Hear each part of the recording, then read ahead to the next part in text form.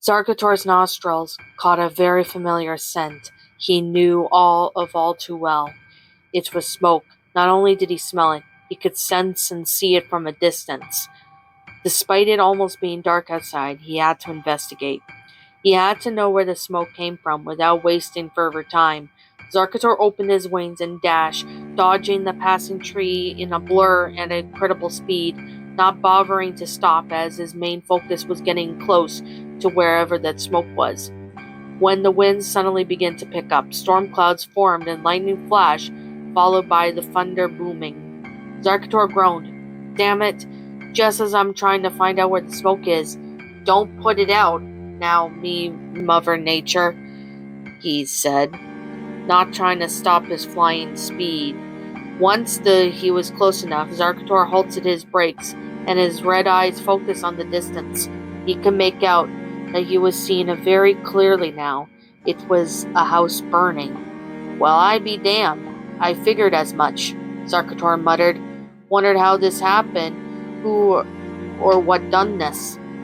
Luckily, he was invulnerable and immune to the fire as he himself was a fire welder, so he slowly walked towards the burning house.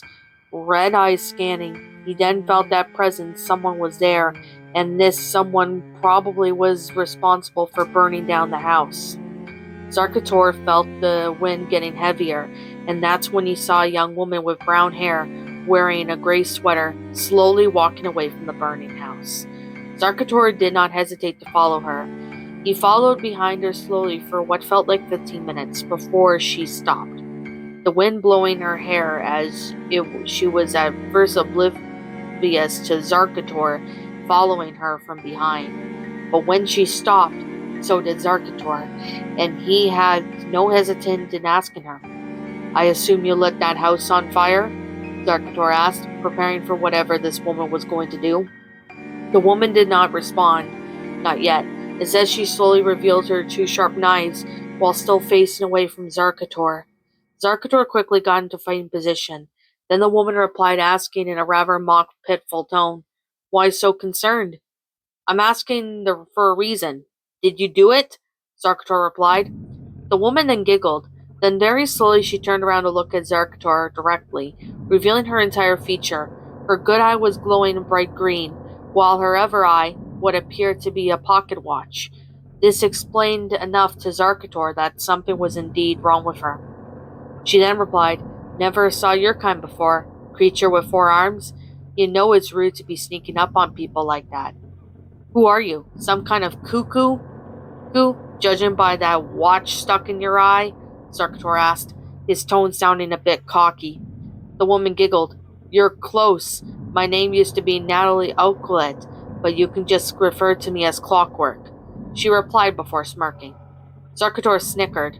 Name suits you, but it'd be more accurate if I call you Cuckoo Lady, he replied with sarcasm. Clockwork then slowly took a step forward towards him. Yet you have no idea what time has done to me all my life, she said, the never-ending, and because of that it drove me into becoming what I am now. She then stepped closer and slowly continued. Time makes you live through torture.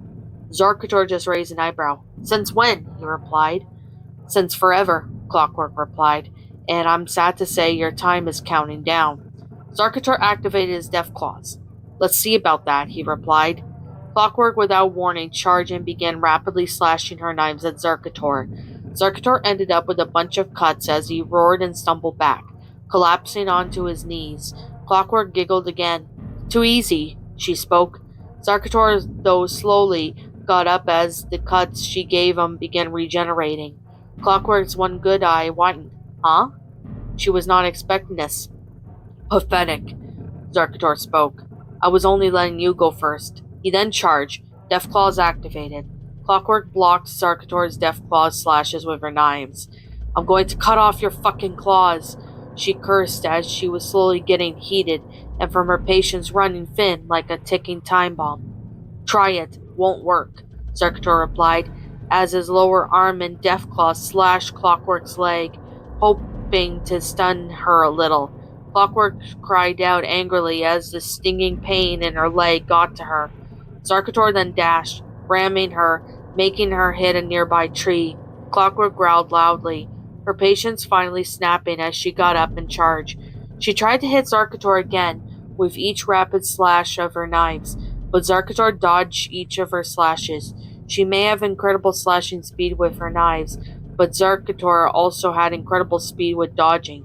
Sometimes he'd even teleport and reappear over and over, just to try and test her fervor. Clockwork only grew angrier. "Stay still, you four-armed fuck!" she yelled before trying to slash him again rapidly. "I can do this all day until your ticking time bomb goes off." Zarkhator replied with cockiness. "Says so does the eyebrow ball watch, so also let it out a cuckoo bird." He then adds, trying to test the boundaries further. Clockwork yelled as she tried to stab him rapidly, but as her usual, her attacks missed. "Your time's almost up, four-armed dragon," she yelled. Zarkhator would reappear behind her before replying, "You mean Zarkhator," before ramming her against another tree. Clockwork was dazed for a moment when she hit the tree. Her body warmed out from the amount of missed rapid slashes and stabs she tried to bring on Zarkhator. "Tired already? And this was just getting fun," Zarkhator spoke, being the usual dragon demon he is. He couldn't help but smirk as he enjoyed messing with her, seeing how highly tempered she is. Clockwork slowly got up, still a bit dazed, but slowly chuckled. "You think you won?" she asked, before slowly walking up to him, swaying a bit by each step. "You think you're safe from time itself, not knowing how much it could just drive you mad? Slowly progressing through life, being controlled by society, until you find you no longer have the purpose?" Zarkhator just rolled his eyes. "Or I suppose you're just delusional," he replied. Clockwork then just giggled again. "Oh, no, no, no. It's a vicious circle," she replied, her grin slightly wider. Zarkhator then crossed his arms. "And how so?" he asked, raising an eyebrow.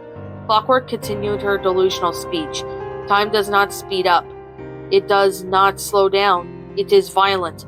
It makes you live through torture over and over again, unable to fast forward away from it."